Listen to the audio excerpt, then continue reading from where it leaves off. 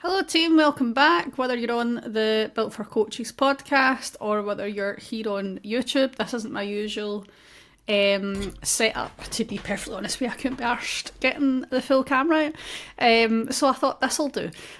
So welcome back. For this week, there has been one topic that I have spent the vast majority of my time talking about, and it's what I like to call shit yourself summer. I watch this happen every single year. There are seasonal trends with all businesses and all industries. But I don't understand why coaches forget that their industry also has seasonal trends and shit themselves whenever people churn inevitably in the summer months. So today I'm going to talk a wee bit about why this happens and how you learn from it, right? I am not going to talk to you about how you protect yourself against it, because it is just that, it's a seasonal trend. However, I think there are so many things that you can do both in your coaching and your business to lessen the impact that this is having on so many of you, because I think a lot of you, for some reason, don't see this coming, are shocked when it happens and shit yourself. So I'm going to teach you why it happens and how to stop shitting yourself, essentially. So first of all, why does this happen? Biological behaviour is built into us and connected directly to seasons, right? Humans have behaved seasonally since the dawn of time. There are certain behaviours that people will engage with when it's summer, only engage with when it's winter. And seasonal behaviour is so drilled into us biologically that we do it without really even thinking about it. I think that you have to consider how you behave in the different seasons and the winter months versus the summer months. And I think that you need to think way back to way back in the day when viruses and illnesses would circulate predominantly in winter. People wouldn't socialise in the winter. This is why weddings are traditionally in the summer, because you couldn't have brought people together for a winter wedding back in the Victorian days, or they'd have all fucking wiped each other out with illness, right? So that's why weddings were in the summer, because the spread of illness is so much lower, because there's not all these fucking deadly winter viruses going about, right? So we have to understand that there's a deep biological and social connection to how we behave in the seasons that then ultimately influences people's health-based behaviour in those seasons. And I think for a lot of coaches, the issue that they make is that they try and understand this in their own context and not their client's context. So I hear from a lot of coaches that they'll say things like, yeah, but if I wanted to look my best for a holiday or feel my best for an event, I would just say no to the event or take my own food. Please stop doing that. It's weird and it's rude. That's another subject for another day, right? Please just don't take your own food to other people's events, right? Within reason, but nah, do you know what? That's just going to get me fucking abuse. Stop taking Tupperwares of sweaty chicken where they're not welcome and the smell impacts other people, okay? I'm just saying it. Anyway, he's going to roast me for that. What was I saying? They try and understand it through their own context and not the context of the average person who goes, do you know what? I've got all these social events. People make an association between social events and lack of progress when it comes to health and fitness, and therefore go, well, what's the point? Why am I paying for this thing that I'm not using? I have all of these other things to pay for, and this is a waste of money if I'm not using it, right? And that's the thing I think that coaches hear predominantly in the summer. I'm not using this, so what's the point in paying for it? Now, what's interesting is that we know that people who stay in the proximity of change are 70% more likely to actually change whether they are making progress or not. Right?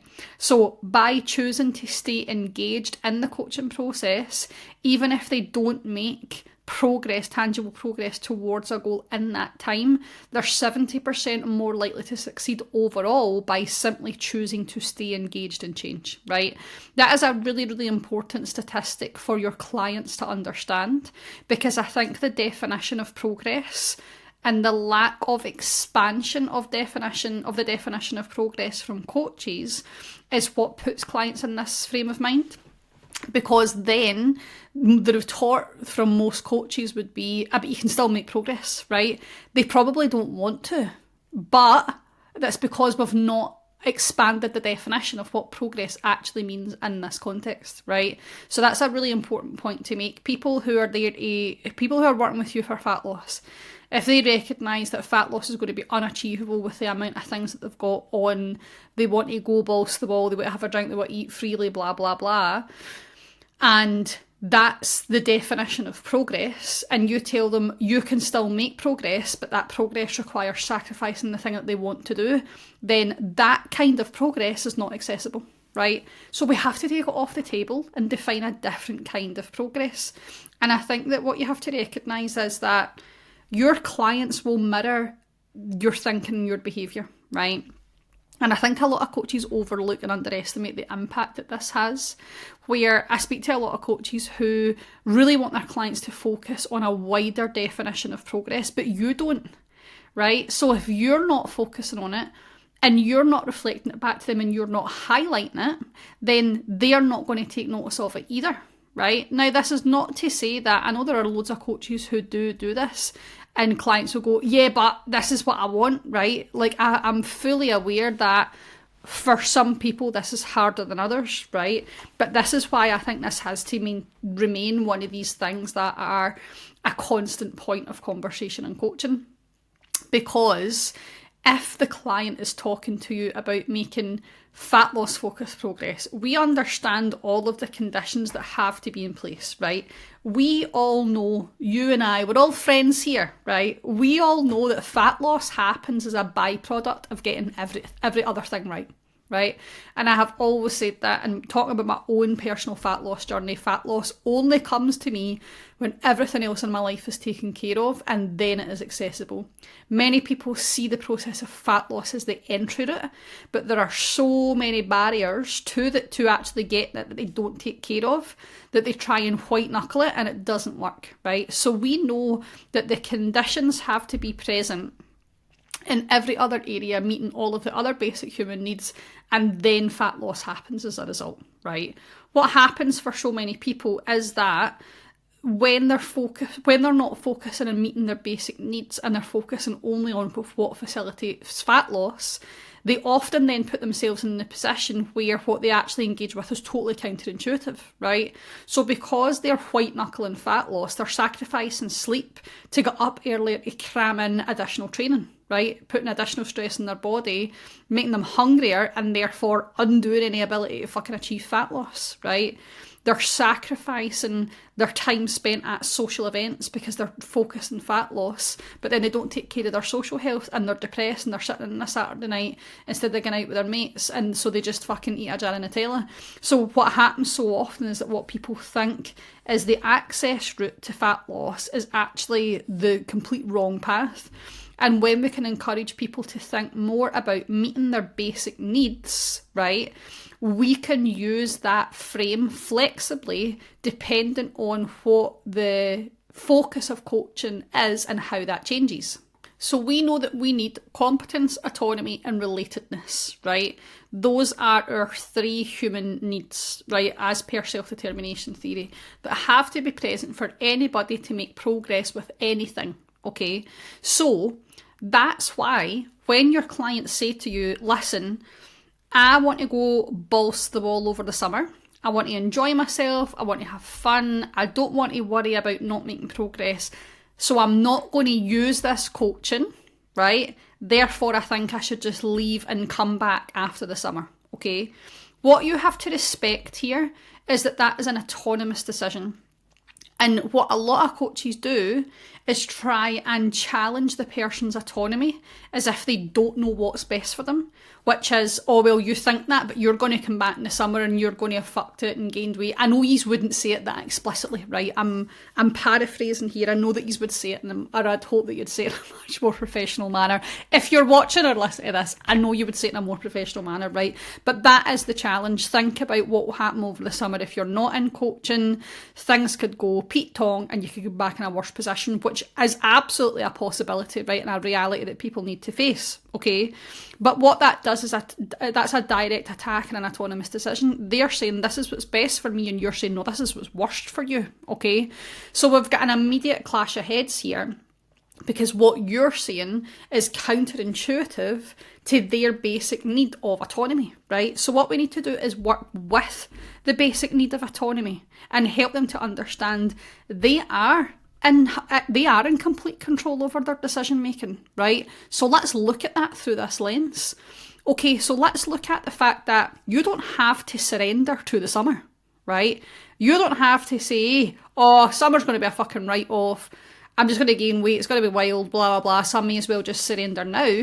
You have the complete autonomy to decide how you want to feel and how you want to make decisions. So tell me, when you look at this as the expert on yourself and a completely autonomous and free thinker, what do you want to do? Like, do you want to go to 6 weddings, right? And I get like, oh, I'll feel like I need to. But do you want to, right? Do you want to go to that social event, or do you feel like you need to, right? Do you want to go balls to the wall, all-inclusive holiday, or do you want to find time to train and move your body so you feel better? Like, what do you actually want to do, right? That's a really important specification to make, because it helps the person recognise and reinforce that they do have autonomy and that this has to be an autonomous decision, right?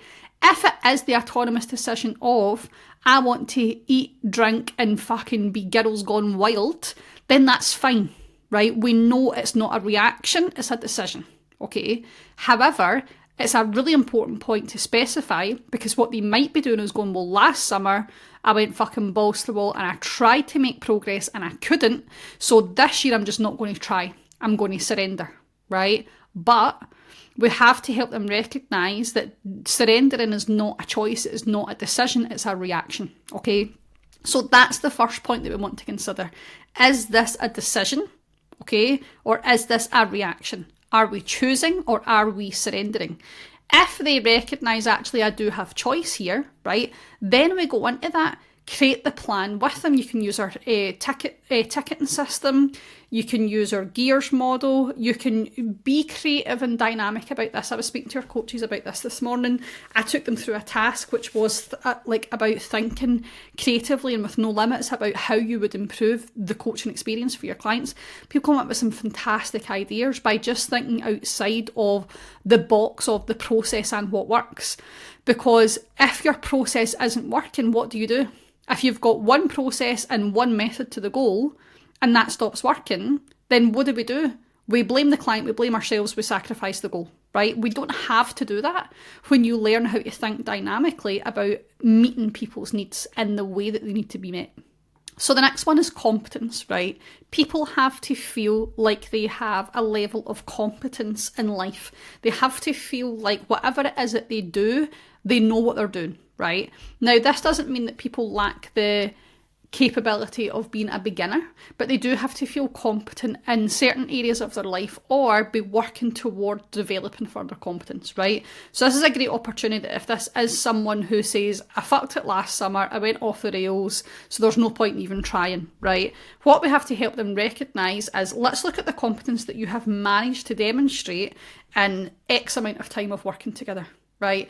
Look at the competence that you demonstrated over birthdays, Christmases, social events, weddings, christenings, whatever the fuck it might be, right? Look at how you were able to navigate that, right? All this is those same events, but closer together, right? That's literally it. That's all summer is. It's all of those things that you've already experienced, already built competence in, and already progressed successfully through, but brought together into a more condensed period of time. So let's understand why that will add additional pressure here, okay, and how we adjust the plan accordingly. Again, this is where the low ticket, high ticket, medium ticket system is really, really helpful, because it puts the person into empowered choice, but helps them to recognise I already have the competence to do this because I've done it already. Okay, and again, this doesn't mean let's make a plan to facilitate fat loss. This means let's create a plan that reinforces autonomy and competence at every stage, right? I am the person making the decisions, and I am knowledgeable enough to make the right decision for me. That is so much more important for progress than getting a fucking pound off in the scales, right? I cannot stress this enough. When you are trying to help your clients expand their definition of progress, which is so fucking important if you want to retain them over the summer anyway, you have to help them understand, and you have to understand for yourself that this is about the bigger picture. This is about keeping them in proximity to change, not getting a fucking pound off, right? So that's what we plan around, that's what we mitigate around, that's what we focus on. Okay. The third thing that a person needs is relatedness. They have to feel like they have meaningful connection and meaningful relationships. Now, we know that for your clients, it is extremely important that they have a relationship with you that is built on psychological safety, right? They have to trust you enough to know that they are safe with you. And that means reservation of judgment. It doesn't mean no judgment. Right? It doesn't mean you should never judge your clients. It means that you can reserve your judgment and separate it from how you coach them, right? Which means being aware of it. But also that they know that you will come at them with their best interests in heart. That you will focus on the relationship and them as a human being first and as a client second. The problem that so many coaches are experiencing through the summer months is they're focusing on client first, human second. So because they're experiencing a higher degree of churn, they panic about themselves and their business, and they react based on that. What's going to keep the money, what's going to keep the client, as opposed to what is the best thing for this person. Okay, which is why it's so important to have coaching conversations with your clients, not retention calls, right? But a coaching conversation to figure out, how have you arrived at this decision? And how do I help you understand if this is the right decision for you or the wrong one? That's what your role as coach is. Okay, so we have to understand that people need that connection to you. They also need it to other people, right? I really think one of the most overlooked components of health is social health. Now, I am autistic, so my social needs are very different from the average person. I don't really have high social needs. I am good with the fucking handful of friends that I've got. I don't seek out new friendships. I establish new relationships with people all the time. I would very much consider myself a people person, in that I find people interesting, fascinating. I connect with a lot of people. I've got great relationships with a lot of people. I just don't have high social needs where I go, I need to be around other people. I never get that urge. Like, I could sit in this room on my own all day and not be arsed. I only get that urge for like my husband or my daughter. Outside of them, no offence to anybody in my life, I love you, right? But I'm very much an out of sight, out of mind person, right? I don't have the desire for social needs. However, my brain works differently from the average brain. For most people, they have social needs. So their social health is important, and connection with other people and other human beings is really important. And this is why I think that so many coaches are missing a trick by not spending enough time nurturing their community. I think nurturing an online community is really hard, and people give up before it's even had an opportunity to work. People, by virtue of being brought together in a fucking Facebook group or a group chat and WhatsApp, are not going to automatically connect and thrive and speak to each other. And it's ignorant of coaches to think that it's just going to happen automatically by virtue of bringing people together. You have to nurture it. You create the culture. You stoke the flames. You have to be the person who creates it and drives it. They are the people who will build it into what it is, right? And I spoke to the coaches about this earlier, where I spoke about being creative and dynamic about your approach with people over the summer months, right? The example that I gave was when you are working, and this, in my opinion, applies mostly to kind of gen pop lifestyle coaching, right? It doesn't really apply to specialist coaching like around performance goals or like bodybuilding, anything like that. Anything that is kind of specialist coaching, it wouldn't really fit this criteria because it's much more specific and instructional, right? This is more for kind of gen pop lifestyle coaching, where I recommended that I think something that would work so well for so many coaches in their communities is a collective agreement that for 6 weeks over summer we operate at maintenance, right? If you work with predominantly fat loss clients, and you know that a lot of your clients are going to struggle over summer, they're going to set unrealistic goals, they're going to feel a lot of guilt and shame, they're going to beat themselves up, they're going to churn, they're going to ask to pause and come back after summer, it's going to cause you a lot of stress. If you fit that bill, then this is for you, right? I made the suggestion that I think if you know that that's what happens every single year, that you create a collective community objective that is the 6 weeks maintenance challenge, right? And for 6 weeks over summer, everybody tracks at maintenance, everybody focuses on maintaining their fitness, maintaining their weight if they have a weight-based goal, and we make the progress defined by fun, joy, social events, holidays, downtime, filling up their cup, spending time on themselves. Call it a self-care summer, right? You can have that for fucking free. If you're still listening, then you can rip off my idea and make it your own, right? And call it self-care summer. I mean, you're a bit late now, but maybe want to jot down for next year, right? And I think setting that as the challenge and the objective, right, that we all agree to collectively, one, gives people permission to be realistic and to focus on a goal that is much more in line with what is likely to happen instead of what is unlikely to happen. And two, worst case is people are stubborn as fuck and they're going, fuck you, I will lose weight in the summer. I don't want to do a maintenance challenge. I still want to lose weight. Okay, great, crack on then. So the worst case outcome is they lose weight.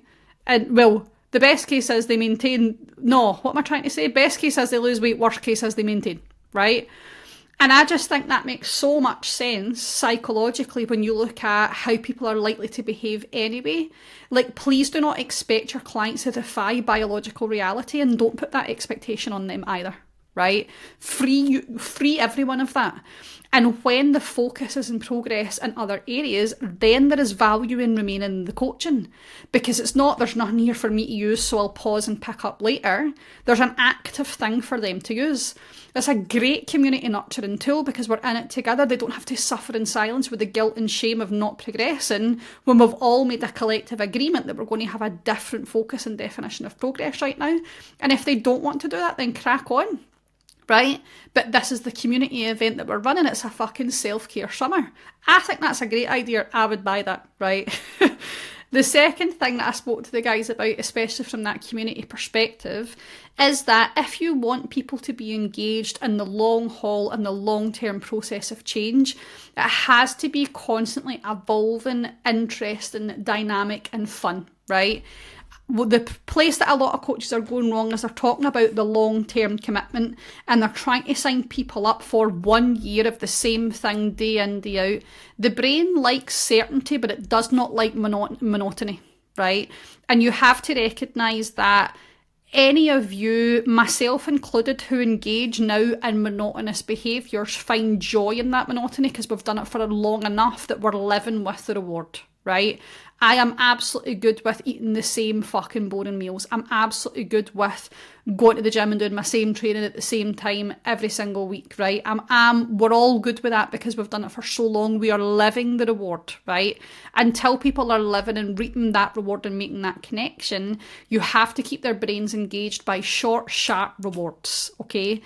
What I mean by this is, I think so many more people's communities would thrive if they thought about uniting people through specific tasks, activities and challenges, right?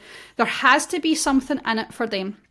You have to give people a reason to stay, and you have to incentivise people if you want contribution. Because if I fucked all of you into a group chat tomorrow and said, I now want you to share with all of these strangers what you're having for your dinner and what you've done the day, all of you would ghost me, right? There would be one or two of you who'd be like, Christ, I feel sorry for her, I'm going to post something. But ultimately, as human beings, there's nothing in that for us, right? And you can't promise a thriving, engaged, supportive community if you have not created it, okay?